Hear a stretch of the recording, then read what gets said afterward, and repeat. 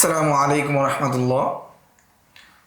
আমরা গত দর্সের মধ্যে ফুকাহায়ে আহনাফ অর্থাৎ ফিকহে হানাফির মধ্যে যে সমস্ত ফকিহগণ অতিবাহিত হয়েছেন তাদের যে তবকা, সেই তবকা নিয়ে আমরা আলোচনা করেছি।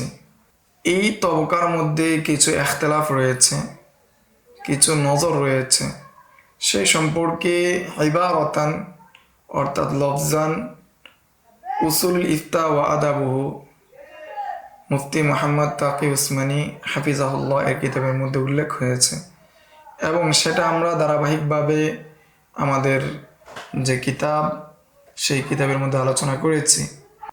সেই আলোচনাটাই তাকরার না করে সেই আলোচনাটাই বা সেই কিতাবের ইবারত সহ সেই আলোচনাটা আপনাদের সামনে পেশ করছি। আপনারা ওই যে দুইটা দর্স রয়েছে অর্থাৎ 22 এবং 23 নম্বর দর্স, উসুল ইফতা ওয়া আদাবহু কিতাবের 22 এবং 23 নম্বর দর্স, সেই দর্সগুলো আপনাদের কাছে পেশ করা হচ্ছে।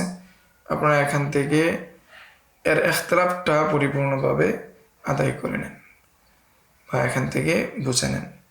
আর যদি আপনারা উসুল ইফতা ওয়া আদাবহু সেটাকে ধারাবাহিকভাবে মোতালা করে আসেন তাহলে তো আলহামদুলিল্লাহ সেখান থেকে আপনারা ইস্তেফাদা অর্জন করেছেন। তারপর এখান থেকে আবার দ্বিতীয়বার দেখে নিলে আশা করি ইস্তেফাদার মধ্যে জিয়াদতি আসবে। আসসালামু আলাইকুম ওয়া রাহমাতুল্লাহ। ومن يؤت الحكمة فقد أوتي خيرا كثيرا وما يذكر إلا أولو الألباب.